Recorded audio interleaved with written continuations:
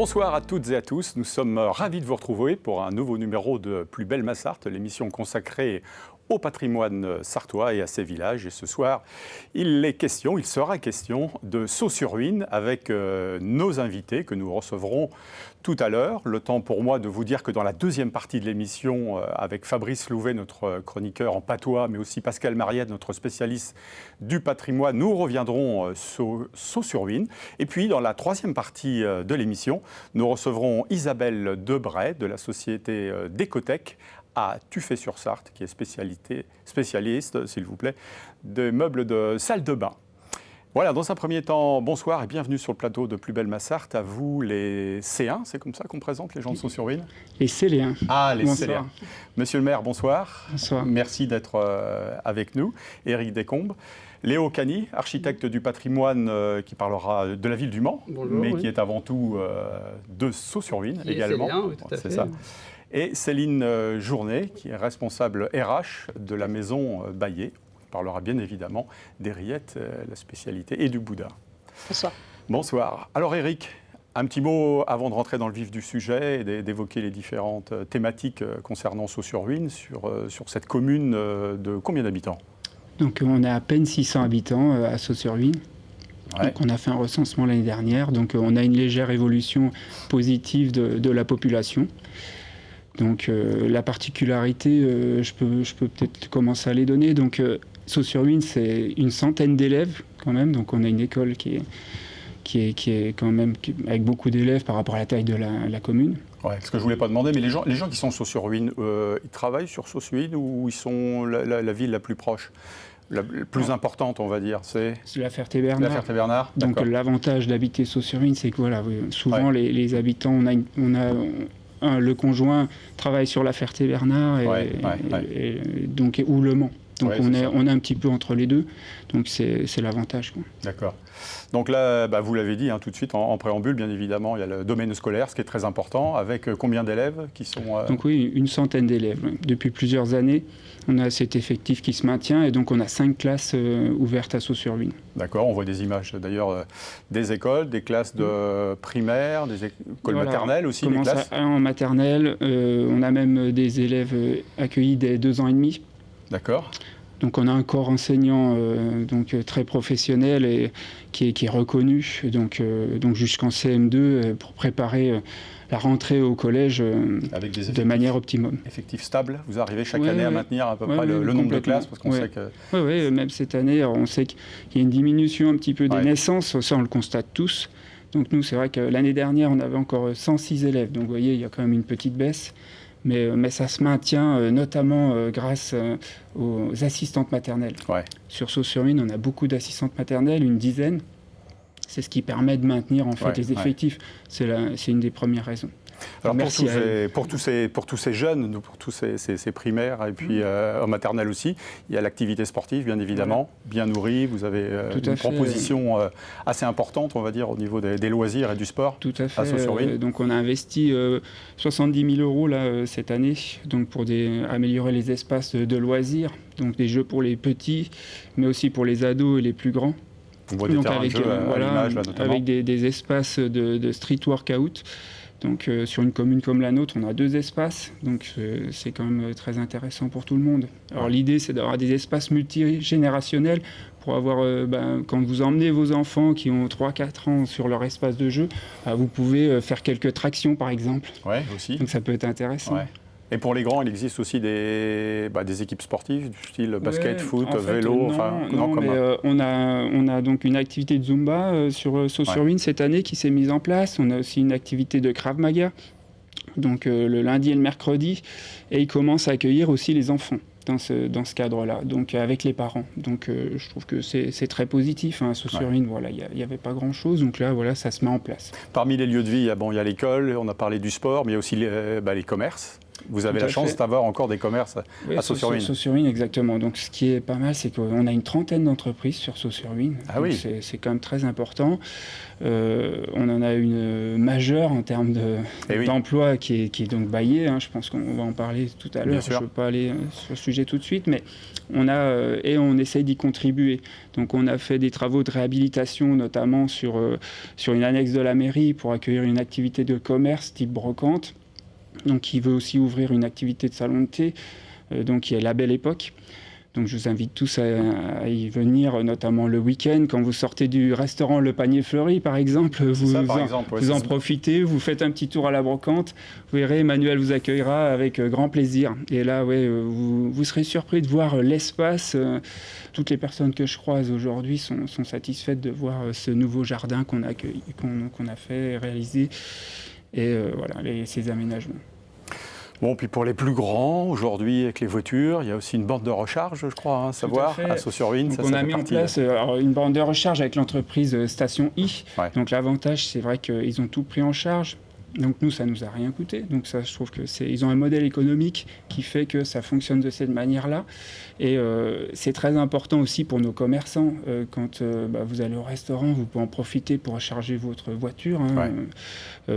Voilà, je pense que ça, c'est un point extrêmement important. Et puis voilà, on essaye toujours de gérer un bon père de famille pour pas toucher aux finances publiques.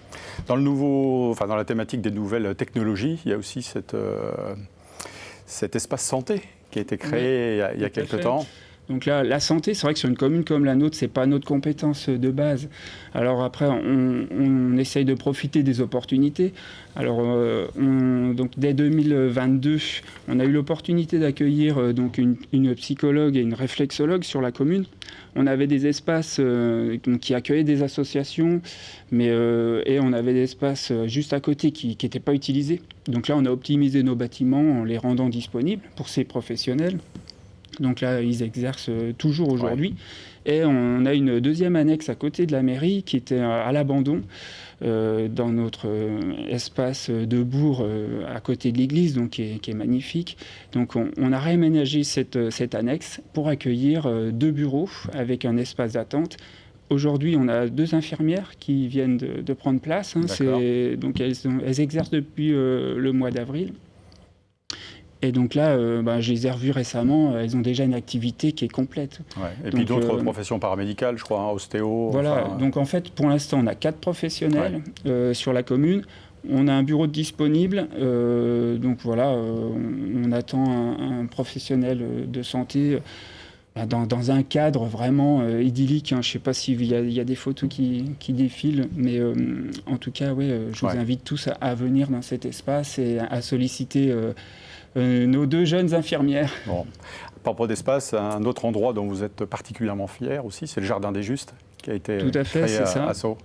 Donc le Jardin des Justes, pareil, par opportunité, on était donc à proximité de cet espace santé.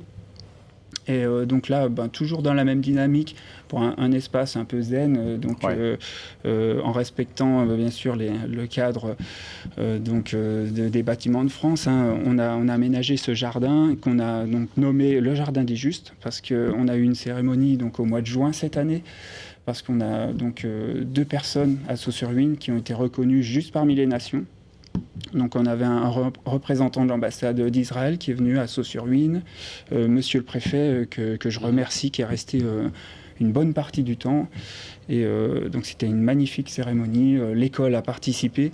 Et de mémoire de Céléen, je crois qu'une cérémonie comme ça, Sault-sur-Huisne, j'en avais encore jamais vu. Et c'est vrai qu'il y avait vraiment beaucoup de monde. Et je trouve que c'était symbolique, évidemment. Parce que les enfants qui ont été accueillis sont en vie, ils étaient là. Et ça avait vraiment, il y avait une âme vraiment très importante. Et c'était vraiment quelque chose de particulièrement touchant pour tout le monde. Et on a eu énormément de remerciements de tout le monde, de la population. Et je trouvais que c'était vraiment intéressant. Céline Journet, parmi les gens célèbres, les Céléens célèbres à Sault-sur-Huisne, il y a bien évidemment monsieur et madame Baillet, la famille Baillet qui était... On va rappeler justement la genèse un petit peu, si vous le voulez bien, de cette histoire qui a débuté... Parce que l'industrie, avant d'être la nôtre aujourd'hui, c'est à la base une charcuterie au cœur du village, donc en 1941, par un couple. Et puis ça a pris petit à petit, et en 1966... c'est la création. En fait, on a plutôt l'industrie qui arrive. Et pour expliquer un petit peu ce que l'on est aujourd'hui, l'entreprise Baillet, c'est 3 unités de production. Donc les rillettes, le boudin, où on est quand même premier sur le marché, et enfin une dernière unité de tout ce qui est produit de tête et salaison. Tout ce qui va être bacon. Donc on a 3 unités de production. Ça représente par rapport à Sault-sur-Huisne, c'est quasiment l'équivalent habitants salariés, parce qu'on a 400 salariés, et avec une forte saisonnalité là actuellement, où on peut aller jusqu'à une centaine d'intérimaires. 80 ans, vous passez de 4 salariés peut-être à l'époque, du temps de la charcuterie dans le village, à aujourd'hui un peu plus de 400. Oui, tout à fait. C'est ça. Et donc leader du boudin depuis quelques années. Exactement. Ça aussi, boudin blanc, boudin noir. Boudin blanc, boudin noir, avec les différents arômes aussi, tout ce qui est boudin en général. Et en fait, on a une très forte saisonnalité donc, qui démarre de là jusqu'à fin janvier. Oui, parce que là, on prépare les fêtes de fin d'année, c'est ça ? Tout à fait, on prépare les fêtes de fin d'année. Et donc là, on est en pleine croissance. Donc on demande, on recherche continuellement du monde, du personnel pour venir travailler. Et quel type de personnel, justement, vous recherchez, par exemple, en ce moment ? Actuellement, c'est des opérateurs de production. Donc, c'est vraiment pour soit être sur la partie fabrication ou la partie conditionnement. C'est du travail en équipe. Vous avez une idée un petit peu du nombre de tonnes qui sortent à l'année, chez Baillet, c'est 16 700 tonnes de produits qui sortent. C'est énorme, hein, Eric ? La maison Baillet, c'est essentiel. C'est un peu le poumon de Sault-sur-Huisne, c'est ça ? Tout à fait. Et puis bon, ça reste une entreprise hors familiale, oui, moi je trouve, parce qu'en fait, Régis Baillet, c'est quelqu'un qu'on voit encore sur notre commune. Hein. Moi, je le croise. Il se rappelle beaucoup des gens. Hein. Moi, je sais qu'on se croise, il nous salue. C'est quelqu'un qui est simple, quoi. Qui appelle les gens par leur prénom, peut-être aussi. Exactement. C'est une belle maison, c'est vrai, et surtout dans la Sarthe, on est spécialiste effectivement de la rillette. Céline, vous vouliez ajouter quelque chose par rapport à... Là, si aujourd'hui des gens sont en recherche d'emploi, on recherche donc là tout au long de l'année, on a une trentaine de postes à pourvoir, que ce soit de postes d'opérateurs de production, mais aussi des postes avec du management, des chefs d'équipe, notamment. On recherche continuellement en fait des salariés. On a quand même une importance. Il y a quelque chose qui est important en fait chez Baillet et qui je pense est à souligner, c'est que la promotion interne est quelque chose qui fonctionne très bien en fait au sein de notre société. On peut démarrer en tant qu'opérateur de production et évoluer. L'entreprise a cette volonté en fait de faire évoluer en interne et de faire progresser les gens en leur apportant par le biais de formation. On a un plan de développement des compétences qui est assez conséquent sur ce côté-là, où on permet aux gens en fait de progresser et de prendre des responsabilités. On peut démarrer opérateur de production et finir avec un poste avec plus de responsabilités, selon la volonté de chacun, les compétences de chacun évidemment. Mais en tout cas, il y a ce vrai côté accompagnement, promotion interne, accompagnement qui existe au sein de l'entreprise. Bon, merci Céline, en tout cas le message est passé.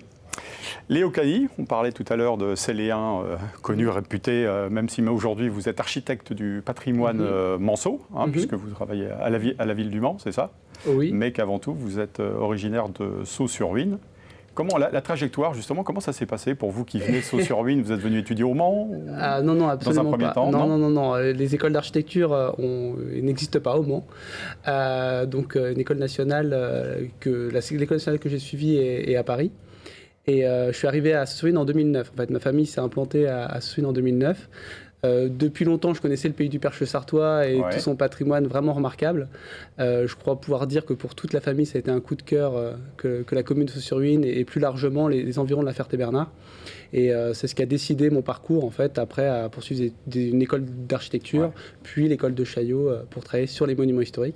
Comment vous définiriez justement votre profession d'architecte du patrimoine ? Alors, l'architecte du patrimoine, c'est quelqu'un qui accompagne les propriétaires, publics ou privés, dans des opérations de restauration de monuments historiques. Moi, je travaille sur l'ensemble du département, principalement pour la ville du Mans, évidemment, et sa métropole, pour ces monuments historiques. Mais ensuite, je peux travailler pour différents propriétaires. Les monuments historiques dans le département de la Sarthe sont principalement des châteaux et des églises. C'est le cas d'ailleurs aussi à Ceux-sur-Vigne. Mais malgré tout, aussi, l'architecte du patrimoine peut travailler sur des édifices qui ne sont pas protégés. Votre champ d'investigation, justement, en tant qu'architecte du patrimoine, c'est ça, les églises, les monuments Principalement châteaux, églises, manoirs, mais on a aussi des édifices beaucoup plus insolites. Je pense à la cantine de Marson, par exemple, qui vient d'avoir le loto du patrimoine et qui est un édifice des années 50, un équipement public des années 50. Donc on suit la politique publique en matière de protection des monuments. Oui, parce qu'on le voit bien dans la Sarthe, tous les maires que l'on peut rencontrer sont tous confrontés aujourd'hui au problème de l'église, le toit qui fuit, problème de... Ça, vous devez aussi l'entendre souvent. Oui, absolument, on est là pour accompagner. C'est très compliqué d'un point de vue technique, aussi bien sur le chantier qu'en amont pour l'élaboration des projets. Mais malgré tout, c'est notre travail. On est là pour ça. On a des années d'études aussi derrière nous pour ça. Donc on accompagne. Et je crois pouvoir dire que ça se passe plutôt bien. Ouais. Au Mans, par exemple, là où vous sévissez, on va dire, entre guillemets, ce qui est important, on le sait, il y a la cité Plantagenet, la vieille ville du Mans, mais il y a tout le reste aussi. C'est là où vous devez aussi avoir un travail important, parce que c'est vrai que vu de l'extérieur, on a tous tendance à se focaliser sur la vieille ville. Mais le Mans, c'est pas que la cité Plantagenet. D'ailleurs, je crois pouvoir dire que le principal challenge au Mans, c'est justement de dépasser les frontières de l'enceinte romaine pour aussi aller à la rencontre d'un autre patrimoine. La collectivité, je l'ai accompagnée dans des demandes de protection. On a des nouveaux monuments historiques qui sont assez insolites. Les archives municipales, par exemple, un bâtiment du début du XXe siècle. La maison de l'eau aussi, dans le même cas. D'accord. Et ce type d'édifice qu'on peut retrouver ailleurs dans le département, d'ailleurs, et qui est peut-être sous-protégé. Donc voilà, si des propriétaires souhaitent émettre des demandes de protection, ils peuvent le faire. Et là, je n'ai pas posé la question à monsieur le maire, mais l'église Saint-Germain-des-Prés, c'est ça, à Ceux-sur-Vigne, fait partie aussi des chantiers, on va dire, qui sont les... Oui, absolument. Il y a des travaux en cours ou à venir? Absolument, des travaux à venir, des travaux importants, puisque c'est un édifice qui est protégé au titre des monuments historiques depuis longtemps.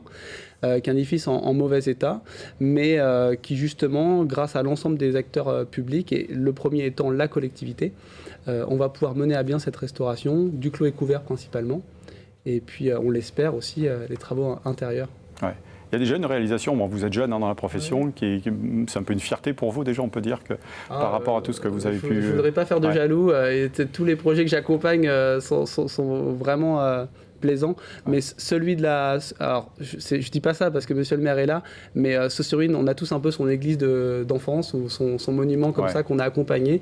Moi, j'ai attendu le quart, pas très loin de l'église pendant des années, et donc forcément, quand on s'attaque à des édifices comme ça, on a une pointe au cœur. Et puis en plus de ça, l'église de Ceux-sur-Vigne, quand on connaît cette grande départementale qui va du Mans jusqu'à la Ferté-Bernard, je dis souvent que c'est le premier monument historique qu'on voit vraiment frontalement, de façon importante, donc c'est la porte vers le Perche, et c'est quand même un bel édifice. Ouais. Quel rôle tient justement la participation des habitants dans vos projets? Vous les consultez, vous les écoutez aussi quand il y a des travaux à faire? Alors encore une fois, je ne suis pas maître d'ouvrage, j'accompagne un maître d'ouvrage, mais je donne des pistes en tout cas, et j'essaie au maximum de faire en sorte que les chantiers s'ouvrent. Là, le chantier de l'église de Ceux-sur-Vigne va être accompagné par la Fondation du patrimoine, donc c'est une occasion, d'ailleurs j'en appelle à tous, une souscription va être lancée, et c'est un projet, c'est un chantier qui va pouvoir s'ouvrir au public pour être rendu visible, et de façon générale, pour le Mans par exemple, dernièrement, on a mené une campagne de parrainage d'ardoises pour qu'un public qui est peut-être moins sensible au patrimoine religieux puisse s'investir dans une restauration. Ouais. Que diriez-vous justement à des jeunes qui s'intéressent au patrimoine, peut-être venir demain les architectes du patrimoine comme vous, puisque vous représentez, on va dire, l'avenir du métier. Et on en manque en plus. Et en plus, il y a tellement de choses à rénover aujourd'hui, de plus en plus. Ah donc, j'encourage tous ceux qui le souhaitent à prendre des informations pour leur avenir. C'est des études qui sont longues, mais qui sont vraiment intéressantes. Et il y a un travail, en plus c'est un travail qui très épanouissant en province, à la campagne, donc c'est pas si fréquent finalement. Et donc après, le rapport aux jeunes, moi, ce que j'aime beaucoup, c'est qu'il n'est pas justement uniquement théorique. En fait, il y a aussi un vrai attachement à la question technique, au savoir-faire des artisans. C'est aussi pour ça que c'est important d'ouvrir les chantiers, pour que les artisans rencontrent un plus jeune public et peut-être fassent naître des envies d'apprentissage, par exemple. Ouais, on ne l'a pas dit, mais c'est un vrai travail d'équipe en plus. Ah oui, complètement. Je dis toujours qu'un chantier, c'est pas un produit final, c'est pas un équipement, c'est pas uniquement pour couper le ruban à la fin. C'est aussi tout ce qui se passe pendant ce chantier. On se pose plein de questions pendant un chantier de restauration. On restaure une église comme on restaurait un tableau du XVe siècle. Donc toutes ces questions-là, elles sont bonnes à prendre et je pense que ça peut tous nous former. Et d'ailleurs, c'est important aussi de dire que quand on restaure une église de village comme à Sault-sur-Huisne, il y a des choses à tirer aussi pour le bâti autour. On a tendance trop souvent, malheureusement, et peut-être d'ailleurs un peu plus en Sarthe qu'ailleurs, à déconnecter le monument de ce qu'il y a autour, alors que c'est pas du tout ce qu'il faut penser en fait. Nos monuments, ils vivent pas tout seuls. C'est ce qu'il y a autour, ça forme un écrin. Et même du point de vue des techniques, les enduits, par exemple, qu'on utilise sur l'église de Sault-sur-Huisne, c'est des enduits qui peuvent être utilisés sur des maisons autour, par exemple. Léo, ce sera ma dernière question. Est-ce que vous avez le sentiment, l'impression qu'il y a aujourd'hui une prise de conscience quand même autour de tout ce qui peut se dire, ce qui peut se faire autour du patrimoine? Aujourd'hui, on parle comme beaucoup du patrimoine français, bien évidemment, mais le week-end dernier, c'est effectivement la fête de tous ces lieux importants. Est-ce qu'il y a une prise de conscience, vous trouvez, vous? Moi, j'ai tendance à penser que le patrimoine est très consensuel de façon générale. C'est notre identité. Il est vecteur de plein d'activités aussi. On peut faire plein de choses. Des événements très importants comme les Jeux Olympiques ont montré qu'on pouvait organiser des choses au sein des monuments. Le diocèse, en plus de la Sarthe, est très ouvert en matière d'affectation. Je pense à toute une programmation culturelle qui a lieu dans les églises, par exemple. Donc tout ça, c'est très important. Après, sur la question du à côté, de ce qu'il y a autour de ces monuments, c'est à géométrie variable. Ça dépend vraiment des endroits et on pense par exemple aux petites de caractère qui sont nos bons élèves du territoire et on a aussi d'autres communes où justement on voit une rupture entre le monument et sa périphérie. Super. Merci Léo d'être passé nous voir, nous parler du patrimoine à Sault-sur-Huisne notamment. Merci Céline Journet.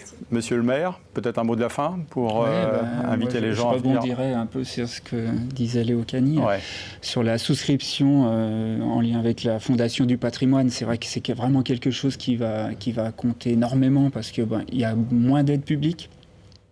Après, quelque part, moi je trouve que c'est challengeant quelque part d'aller chercher l'argent privé pour contribuer à ces restaurations. Moi je trouve que ça a du sens à l'heure actuelle. On entend assez parler de l'endettement, etc. Donc je trouve que on va se donner les moyens d'aller chercher tout ça. Je pense qu'on va être accompagné parce que, comme disait Léo Cagny, c'est vrai que c'est un monument qui est magnifique, qu'on voit de loin. Et voilà quoi. Donc on va faire bientôt beaucoup de bruit autour de tout ça. Donc voilà, attendez-vous à ce que vous allez entendre parler de nous. On attend et on n'entend que ça. Merci en tout cas d'être passé. Merci de votre venue sur le plateau de Plus belle ma Sarthe. On se retrouve quant à nous juste après cette petite page de pub avec Pascal Mariette et notre ami Fabrice Louvet pour parler en patois.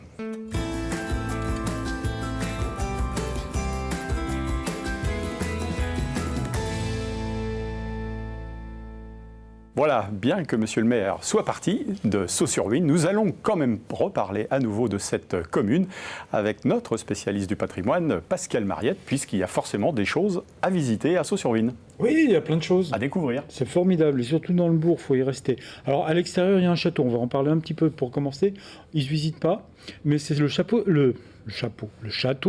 de Roche, qui est inscrit au monument historique depuis 1984. C'est un joli château, un château qui est construit, qui est récent, qui a été construit au 18e, sur un ancien château féodal qui était là, qui a disparu. Et avant le château féodal, il y avait même une villa romaine, découverte au 19e siècle par des archéologues qui ont aussi découvert autre chose dans le bourg de Sault-sur-Huisne. Alors on va se rendre dans le bourg de Sault-sur-Huisne, on va aller vers ce qu'on appelle le manoir de la Cour. Voilà le manoir de la Cour au fond, et au pied de ce manoir, il y a eu des fouilles aussi à la fin du 19e siècle, en 1877, par Robert Charles et Samuel Mangeot d'Esben, j'espère que je n'écorche pas les noms. Et donc, dans ce manoir, on y trouve encore des ruines romaines, mais ce manoir de la Cour, lui, évidemment, il a été construit à la fin du XIVe siècle, dit-on, et surtout les façades ont été aménagées avec des fameuses fenêtres, que je dis toujours, des croisées, au XVe siècle. Et si on va dans la cave de ce manoir, on voit le pignon du manoir où il y avait même une tour dans le temps. Là, c'est le dos. Et quand on se rend dans la cave, on retrouve le mur romain, puisque il y avait un site romain aussi là. Donc des thermes juste au pied, vous voyez, on voit les lits de briques et les petites pierres qui ressemblent beaucoup à ce que l'on trouve sur l'enceinte romaine du Mans. Mais au pied, il y avait des thermes, et vraiment des thermes, mais on pensait que c'était des bains publics, mais en fin de compte, c'était privé. Les thermes de la villa romaine. Les gens, chaque personne aussi, ce qu'on avait les moyens, on se payait des thermes avec des gens qui chauffaient l'eau. On a la même chose à Juillet, au nord de Beaumont. Ensuite, la troisième chose, évidemment, le monument. C'est un autre monument, c'est l'église Saint-Germain. Vous en avez parlé en première partie. Elle était inscrite au monument historique depuis 1926, presque un siècle. C'est une jolie église dont la nef remonte au XIe siècle. On voit la nef qui est là. Et puis le clocher, lui, il est beaucoup plus récent.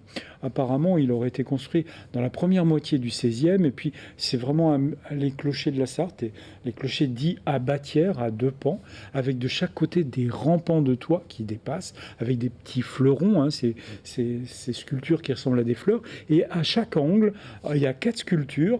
Il y a un dragon, ça, le dragon, je l'ai reconnu, un lion, peut-être une sirène, parce que le lion, c'est pas si évident, et un griffon.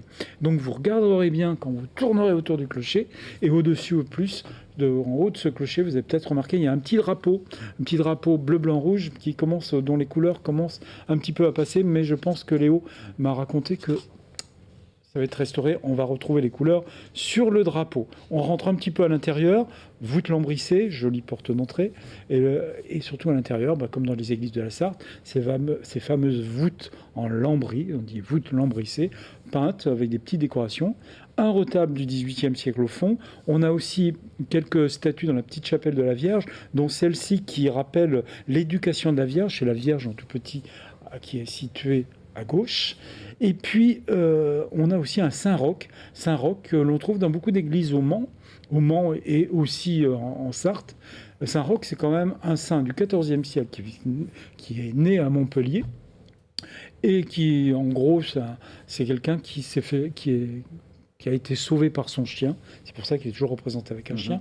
Et même dans la Sarthe, je vous ai parlé du lit de Saint-Roch à Sargé-les-Le-Mans. Mais ça, il faut reprendre les vieilles émissions. Et puis, j'ai pris une photo d'une des ouvertures avec le lierre. J'ai trouvé ça formidable. Mais c'est aussi pour dire aussi qu'il est grand temps que l'église soit restaurée.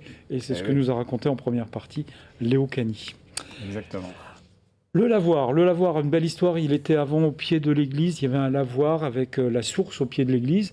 Et pour la petite histoire, le curé de l'époque, au début du 19e siècle, les lavandières faisaient tellement de bruit auprès de l'église. On avait modernisé dans les années 1861 ce lavoir auprès de l'église. On avait même mis un toit. Et puis ça faisait tellement de bruit que le curé s'est plaint. On a déplacé le lavoir quelques mètres plus loin. Et donc en 1869, on a créé ce lavoir. On a même repris la charpente qui était sur l'autre lavoir pour la mettre ici. C'est pour ça que l'on trouve des éléments rebricolés. Et c'est un très très joli lavoir. Pour moi, c'est un des plus jolis lavoirs de la Sarthe. Et il est vraiment, prenez une petite ruelle, vous allez tomber dessus. C'est vraiment un très bel endroit. Excusez-moi, il y a autant de lavoirs que d'églises dans la Sarthe, oui, parce qu'on parle souvent de lavoirs. Il y a un très bel ouvrage qui résume tous ces lavoirs. Vous pouvez le trouver n'importe où, je crois, encore en librairie. Et puis, il y a pas loin du lavoir une maison décorée. Alors là, je la montre. Cette maison, c'est une maison qui a été construite en 1841, mais les décors sont faits de petits tessons de verre et de céramique. Vous savez, on casse les assiettes, on trouve des morceaux de verre on les colle sur le béton. Et ça a dû être fait entre 1906 et 1923, dit-on. C'est par rapport à des photos que l'on connaît. Et donc, on a toutes ces petites décorations. Là, ce serait 2 demi-lunes avec un cercle. Et puis surtout, cette étoile qui est au-dessus de la porte d'entrée, qui rappelle beaucoup les étoiles que l'on mettait sur les maisons de francs-maçons. Est-ce qu'il y avait un franc-maçon ici? Peut-être. C'est vraiment l'étoile à 5 branches que l'on trouve. Et puis, pour terminer, il y a un pont. Il y a un pont sur Luynes qui est à la sortie. Je vous conseille d'y aller parce qu'on a une très jolie vue sur Sault-sur-Luynes. Alors, certains disent qu'il est romain. Il a peut-être vraiment les bases romaines. Il est certainement roman. Il est d'architecture romane, on va dire, mais c'est un pont 18e, 19e, et je vous conseille de y aller parce qu'il y a un très joli endroit où vous pouvez déjà poser votre voiture facilement, entre les 2 ponts, il y a 2 ponts exactement, avec une petite île, 2 bras de rivière. Je me suis penché pour voir si je voyais la velue, mais je n'ai pas vu la velue. Pas cette fois. Non, pas cette fois. Pour venir la nuit, je crois. Nous chevauchons Luynes, donc elle se balade entre La Ferté et Ivry-l'Évêque, dit-on. donc moi je ne l'ai pas vu, mais juste à côté, n'hésitez pas à aller vous asseoir. Il y a des bancs, vous voyez, il y a une très jolie ambiance, surtout là, à cette saison. Super. Voilà pour notre voyage à Sault-sur-Luine. Bon, super, merci Pascal en tout cas. Et pour compléter cette description exhaustive sur Sault-sur-Luine, on écoute Pascal avec son énigme du jour.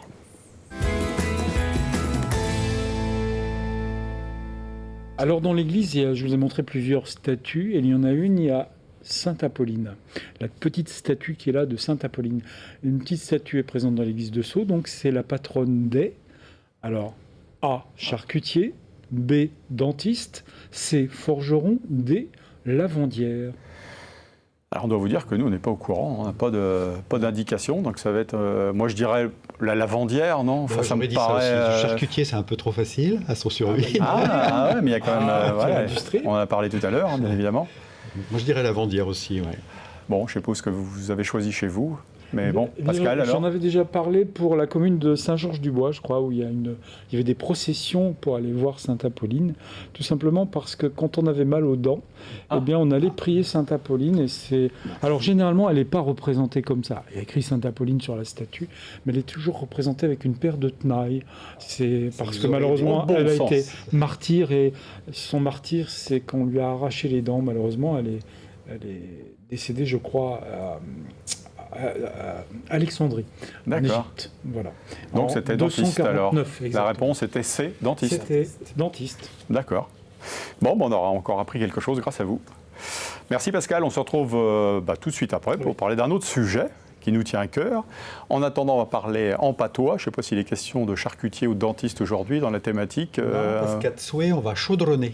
Ah, dame, chaudronner. Oui, chaudronner. On va chauffer, ça va chauffer, non? Ouais, on va cuisiner. Ah, on va cuisiner, oui, bien sûr. Bon, Fabrice, on vous écoute. Alors, je ne sais pas si vous êtes comme moi, mais cette année, mes arbres fruitiers ont été très généreux. Ouais. Et il faut dire que mon terrain, il est bien affrité. Pourvu en arbres fruitiers, ouais. Eux, là, que j'en ai eu des fruits, à ne plus savoir qu'en faire. Des prunes, des pêches, des pommes et un autre fruit mystère. Ce fruit mystère, je l'ai donc chaudronné et vous allez essayer de deviner de quel fruit et de quelle recette que je cause. Ça qu'est une recette qui convient aussi bien aux goulfines, gourmet quoi, on va dire, c'est ça hein, qu'aux lichous. Moi je suis un lichou, moi. Les gourmands plutôt. Ouais. Oui, d'accord. Ouais, moi aussi. C'est parti. Premier que de chaudronner, j'en bien sûr serrer mes fruits. Cueillir mes fruits. Ouais, donc avant de cuisiner, j'ai bien sûr cueilli mes fruits. 40 kilos que j'en ai eu. Pas la peine de les pieumer. Les éplucher. Pas la peine de les éplucher. Et encore moins de les époupiner. Enlever les pépins. Enlever les pépins, ouais. Faut les misser en 8. Les couper. Ouais. Eux là, qui sont durs, ces fruits-là. Des fruits durs. Durs, oui, ils sont durs. Et vous baignez tout ça dans un grand faitout. Vous cachez d'eau, vous couvrez d'eau, et vous mettez à bouillir 20 minutes. À partir de là, vous allez avoir un petit film qui va vous aider. Après ça, vous récupérez l'eau de la chaude, on voit ça. Vous la coulez, vous la poisez et vous ravouillez le jus d'un citron et son poids en doudou, comme disent les Kenyos, en sucre. C'est ce qu'on voit à l'écran. C'est ça. Vous remettez tout ça à bouillir 20-30 minutes en essaimant de temps en temps, en écumant. C'est bien simple. Pour point que ça s'aille à cuit, ou bien pire, sarci, il faut guetter et touiller rompument jusqu'à que ça commence à rougir et à devenir une miette mastoc, mais point trop. Il faut que ça fouège. Ah ben ça y est. Il n'y a plus qu'à verser cette fripe dans des pots. Eux là, que ça sera bon le matin, égoillé sur une beurrée, mais ça sera aussi excellent avec du formouège. C'est pas appétant. Alors, dès que donc que c'est que cette fruit et cette recette-là, un indice. Le fruit dont je vous parle est celui du cointier. On l'appelle aussi la pomme d'or. La couette. On fait de la gelée excellente. C'est la recette de la gelée. Ah, et le fruit. La couette? Non. Non. Un coin. Ah, le coin. Et voilà, c'est des D'accord. fruits-là. Ah, là, c'est un petit coin de chez moi. Parce que chez moi, il y a des gros coins. Oui, c'est vrai qu'on peut en trouver des beaucoup plus gros. Moi, le mien, il fait des coins de cette taille-là. Et donc ça, c'est une recette historique aussi, ça. Ah bah oui, Elle est vraiment authentique. Oui. Ah bah, c'est celle que je fais. Hein. Ah oui. Je la fais, c'est ma recette. Et d'ailleurs, là, je vous ai parlé de la gelée, mais avec la chair, on peut faire autre chose. Avec la chair, on peut faire de la pâte de coin. Ah. Voilà. Et d'ailleurs, si vous voulez goûter, hein, si vous êtes lichou. Et sans sucre. Si. Un peu quand même. Un peu comme Il y a la confiture, il y a autant de sucre que de chair. Il y a des calories, quoi. Ouais. On peut même les recouvrir de sucre dessus. Bon, Oui, on va y goûter exactement. après, ouais. Alors, si on peut revenir sur quelques phrases que j'ai données, voilà, je vous ai dit, premier que de chaudronner, on va voir si vous avez bien retenu.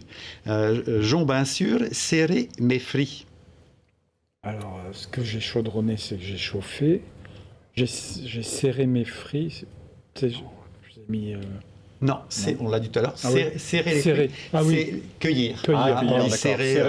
Mais comme il y avait chaudronné au-dessus, ça Ouais. m'a perturbé. C'est vrai. Ouais. Alors, serrer aurait dû s'écrire avec un accent aigu, mais c'est peut-être moi qui ai fait la faute. Point la peine de les pieumer et encore moins de les époupiner. Oui, Bon, c'est bah, très c'est ça. difficile de les pieumer parce qu'avec un couteau, c'est très dur. C'est De très les dur. éplucher, donc d'enlever pas les- la peine. On Ouais. garde tout, les pépins, tout D'accord. quand on fait cuire. Et là, on n'en a pas parlé, mais je l'ai dit, pour point que ça seille à cuit ou ben pire, sarci, il faut guetter et touiller rompument. Ah, il faut tourner régulièrement, c'est ça, doucement, C'est ça, pour ouais. éviter que ça prenne au fond, peut-être. Et comme il y sans a du sucre. interruption surtout. D'accord. Rompement, c'est sans interruption, Ah ouais. donc il faut touiller, remuer. Et pour point que ça seille à cuit. Trop cuit, non? Alors, ça, c'est l'autre. Sarci, c'est trop cuit. À cuit, c'est mal cuit, justement, ou pas assez cuit. D'accord. Donc, c'est délicat, à cuit, mal cuit, et sarci, trop cuit. Et voilà, bon appétit. Super, merci. Mon cher Fabrice, donc je on va sais goûter jamais. tout à l'heure. Voilà, mais c'est vrai que c'est une belle tête. Hein. Ah oui, c'est une et belle ça doit être bon couleur, en plus. et Ouais. c'est très bon, Moi, j'ai vraiment le goût du fruit. Je sais jamais à Ouais. quel moment m'arrêter pour la cuisson. Ah oui, c'est Ouais, vrai. allez. Ouais. Tiens, Pascal, Oui. hop, on va pas se priver, hein, on est en direct. En forme de petit cœur en plus. Il est un petit peu plus que 19h, on est à l'heure, un horaire qui se respecte entre l'apéritif, et on va vous dire d'ailleurs quel goût ça a, tout cela. Hein. Très bon. Ben oui, c'est vrai que c'est un... C'est très très bon. Et on ressent pas beaucoup le sucre d'ailleurs. Non, Je trouve on que sent c'est pas bien le goût du fruit. Il est primordial par rapport Ouais. au goût du sucre, ouais. Bon, merci Fabrice. Avec plaisir. À bientôt pour de nouvelles aventures. De nouvelles aventures, exactement. Pascal Mariette, spécialiste du patrimoine, qui paraît cette semaine un nouvel ouvrage, la cathédrale des Plantagenets, Oui. dans une version BD, Oui. aux éditions Libra. Ça, c'est la grande nouveauté que l'on pourra découvrir à Faites Lire. Oui.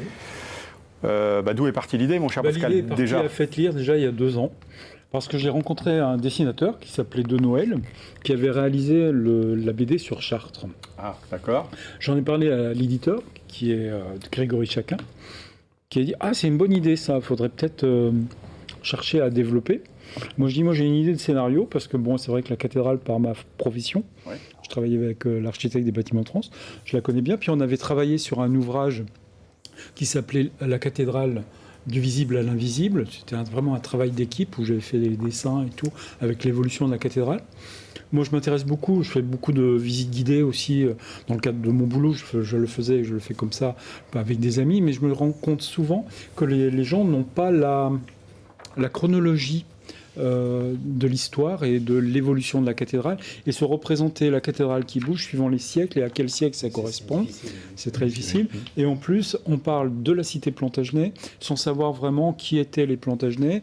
Alors, on sait que Geoffroy Plantagenet est représenté sur l'émail, on sait qu'Henri II Plantagenet est né au Mans, on sait que la reine Bérengère est une épouse d'un Plantagenet. Enfin, il fallait remettre tout ça pour moi dans l'ordre, et on l'a fait grâce à une bande dessinée avec plus d'une trentaine de pages de planches, 36 planches, et comme une BD normale quasiment. Et donc l'histoire, après il fallait trouver une histoire, un fil conducteur, et donc là on a trouvé un acteur. D'accord. Et puis là, pour jouer dans le fait que cette cathédrale ait été élue plus belle cathédrale de France en 2023 a forcément accéléré, oui, on va dire. Ça donne toujours une petite idée. Oui. Un petit envie de dire, on va raconter ce qui se passe. Bien sûr. Puis moi, je suis toujours un petit peu, je ne vais pas dire déprimé, mais on nous parle toujours à la télé de Chartres, là encore, j'ai vu il y a quelques heures, on nous parle de grandes cathédrales, etc. Mais la cathédrale du Mans est une grande cathédrale, elle fait partie des grandes cathédrales de France, surtout pour son chevet, la partie chevet. C'est ça qui est extraordinaire, c'est la vision qu'on a. Vous, dans cette BD, en fait, vous racontez l'histoire, mais aussi la construction de cette cathédrale. De l'époque romane. On commence au mariage. C'est en gros Maître Jacques, donc Jacques Gouin, qu'on a représenté. Entre le XIe siècle, donc, et à nos jours, puisque Jacques Gouin, il est toujours dans les rues pour dire « de mon temps, c'était comme ça », donc il reste intemporel. Mais l'histoire, c'est qu'il arrive enfant au Mans pour apprendre à sculpter de la pierre dans l'histoire. La veille, en gros, du mariage de Geoffroy Plantagenet, qui est comte du Maine, avec Mathilde, la petite fille de Guillaume le Conquérant. Et c'est là que va commencer une grande histoire, parce que le comte du Maine se marie avec la petite fille de Guillaume le Conquérant. Donc ça veut dire, on associe à ça la Normandie et l'Angleterre. Une cathédrale qui doit son nom au premier évêque du Mans. C'est bien ça, Pascal ? Oui, alors Saint-Julien, tout à fait, bien qu'elle ne s'est pas toujours appelée Saint-Julien. Et donc, on parle aussi des reliques de Saint-Julien. Un petit peu, on fait un petit résumé sur l'histoire de Saint-Julien. C'était à la fin du IIIe siècle. Mais Saint-Julien, de ces reliques qui étaient au pré d'abord, et puis après qui reviennent au IXe siècle sous Aldric, dans la cathédrale, et qui vont repartir au pré au moment des grands incendies, du premier incendie de 1134, de souvenirs, de mémoire, où on va récupérer très vite pendant l'incendie les reliques et les descendre au pré, et elles resteront toujours au pré, dans la petite crypte en dessous, si vous allez visiter l'église du Pré. Oui, parce qu'elle est gigantesque, je crois que c'est 5000 m², c'est ça ? Oui. Alors, la cathédrale du Mans est plus grande, je répète, que Notre-Dame de Paris. Même sous le plafond de la nef, on a 1 mètre de plus, quand même. On peut être fier, quoi. Et puis surtout par rapport à Notre-Dame de Paris. La cathédrale du Mans, c'est des pierres d'origine, quasiment. Il y a eu très peu de choses de changées. À Paris, sous Viollet-le-Duc, on avait quasiment tout changé. En plus, là, on a rechangé, mais les pierres, c'était des pierres qui se délitaient plus facilement que là, comme on l'explique dans la bande dessinée, que c'était des pierres de Bernay. Donc, voilà. Pour ceux qui voudraient en savoir beaucoup plus, procurez-vous bien évidemment cette nouvelle BD. On vous retrouve où, Pascal ? Alors justement, on va me retrouver demain soir, c'est-à-dire mercredi 24, chez Bulle à 18h30, pour une petite heure de débat et d'échange, et puis à la cathédrale vendredi 26 à partir de 19h pour aussi un petit débat-échange, et en plus en présence de Jacques Gouin qui officiera ce soir-là. Bon, voilà, super. Et la cathédrale sera ouverte assez tard dans la soirée pour que tout le monde puisse l'apprécier. Bravo en tout cas pour cette belle réalisation, bien illustrée aussi. Merci Pascal. J'ai parlé non, on n'a peut-être pas parlé de Noël, Régis de Noël, le dessinateur qui sera présent. Voilà, et le dessinateur qui sera présent. D'accord, ok. Bon, on ira vous rencontrer. Merci Pascal. Merci Fabrice. À bientôt. On se retrouve tout de suite avec Isabelle Debray de la société Décotech à Tuffet-sur-Sarthe.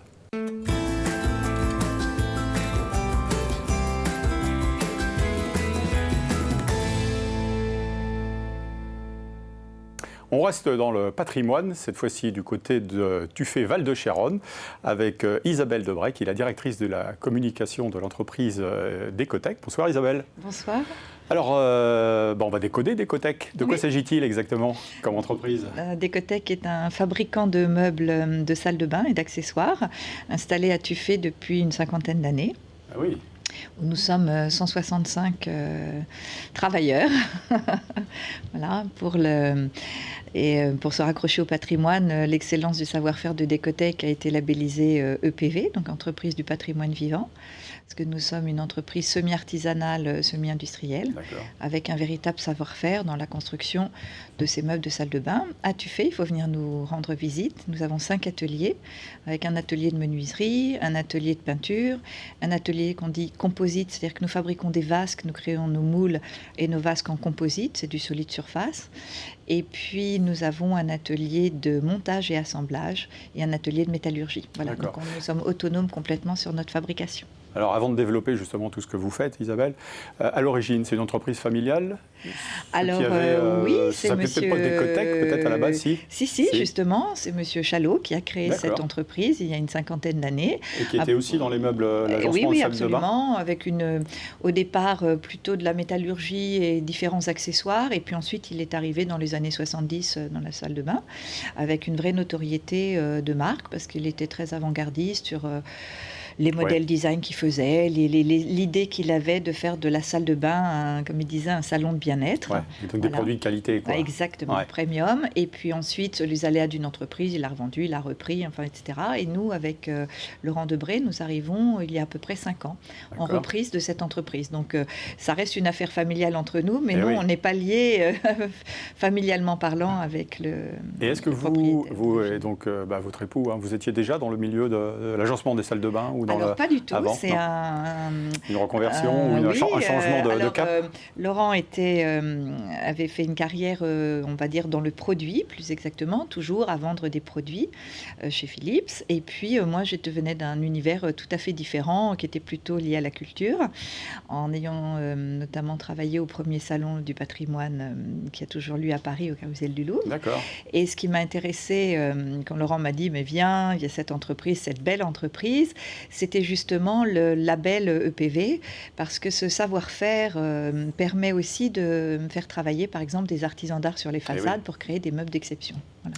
Ouais, ça a été vous qui êtes une femme de culture, justement, on va dire à leitmotiv. Vous aviez déjà une appétence pour ça, parce que, faut le dire, vous veniez du bout du monde.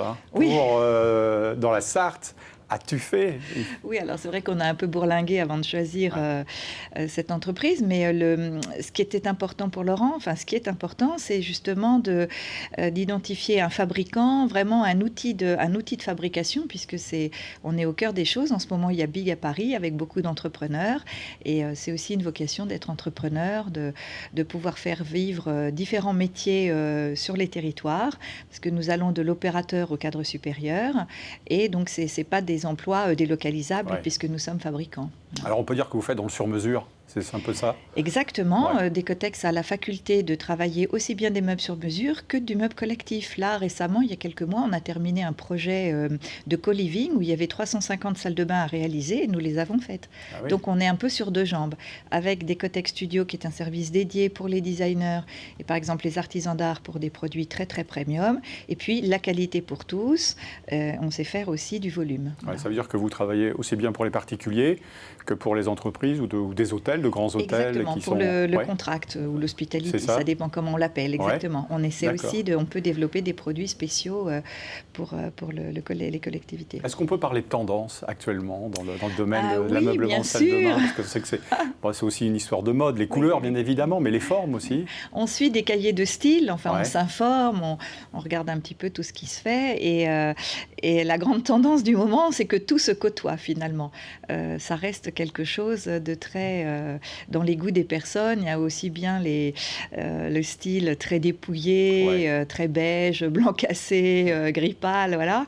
Et puis émergent les gens qu'on a un petit peu ras-le-bol et qui mettent beaucoup de peps, beaucoup de couleurs, toutes les couleurs des années 70 qui reviennent très en force, aussi tout ce qui est un petit peu à la Vasarely, des tas de graphismes et de géométrie et de choses comme ça. Et donc, pour sa salle de bain en particulier, on peut vraiment s'amuser aussi.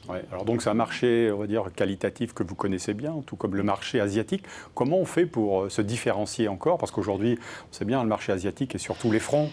Vous, il y a un savoir-faire, vous l'avez dit tout à l'heure, avec de vrais artisans, de vrais maîtres d'œuvre. On va dire que nous, Décotech, nous fabriquons des meubles à la commande, nous ne faisons pas de stock, on est assez vertueux par rapport à ça, pour tous les critères environnementaux. Donc, on est vraiment dans une consommation juste. On dit acheter mieux, consommer mieux, et oui, acheter mieux, acheter français et acheter à la commande. Donc ça, c'est le credo de Décotech, ça a toujours été comme ça. Donc c'est une entreprise vertueuse avec des arguments valables toutes ces années. Ce qui est important, ce qui est dommageable pour nous, c'est des avalanches de produits mal contrôlés, mais on n'est pas le seul secteur. Tout le secteur du mobilier en pâtit, et on va dire encore pire, le secteur du vêtement. On sait bien tous les scandales qui sont en cours par rapport à ça, mais finalement, on subit un peu les mêmes choses, un marché très ouvert, et nous, fabricants français ou fabricants européens très contrôlés, et des marchandises qui viennent de très très loin, un petit peu moins vertueuses, avec un petit peu moins de transparence sur les fabrications ou les produits, ce qu'on appelle les COV, aussi les émanations dans la maison, c'est très important parce que ça vient polluer l'air qu'on respire, que les enfants respirent. Nous, on est très audités pour ça, on a des vrais certificats, on est très surveillés. Donc les produits qui sortent de chez nous à Tufé, on peut dire qu'ils sont des produits sains et bien, et c'est pour ça que notre baseline, c'est Décotech, et on a choisi notre raison d'être qui est créateur de bien-être, parce qu'on fait des beaux meubles et en plus ils sont bons pour l'environnement, on n'a pas de problème de ce côté-là, on peut acheter en toute confiance nos meubles. Donc les spectateurs ont pu voir d'ailleurs les images réalisées par notre ami Étienne à Décotech, à Tufé. Il y a aussi un reportage dans les coulisses qui a été réalisé il y a quelques temps, que vous pouvez voir ou revoir pour certains sur YouTube, notamment sur l'entreprise Décotech. Ce sera juste ma dernière question. Ceux qui voudraient venir vous voir et puis peut-être profiter aussi de certaines offres, c'est le week-end prochain, puisque dans votre showroom à Tufé, ils auront la possibilité d'acquérir. Pour la première fois, on profite des French Day, qui sont finalement des ventes qui émanent de fabricants français. Donc c'est vraiment pour nous, c'est un petit peu l'anti-Black Friday, parce que là, comme nous, on est vertueux dans la fabrication à la commande. Nous ouvrons notre usine pour la première fois, une vente directe à l'occasion du week-end prochain et des French Day. Samedi vendredi et samedi, toute la journée. On vous attend. Voilà. Rendez-vous est pris. Merci Isabelle Debray, de la société merci de m'avoir reçu. Décotech à Tufé Val-de-Chéronne, d'être venue nous voir. Merci à vous de nous avoir suivis. On se retrouve la semaine prochaine pour un nouveau numéro de Plus belle Massart du côté de Poyer-sur-Pègre. Bonne fin de soirée. Au revoir. À bientôt.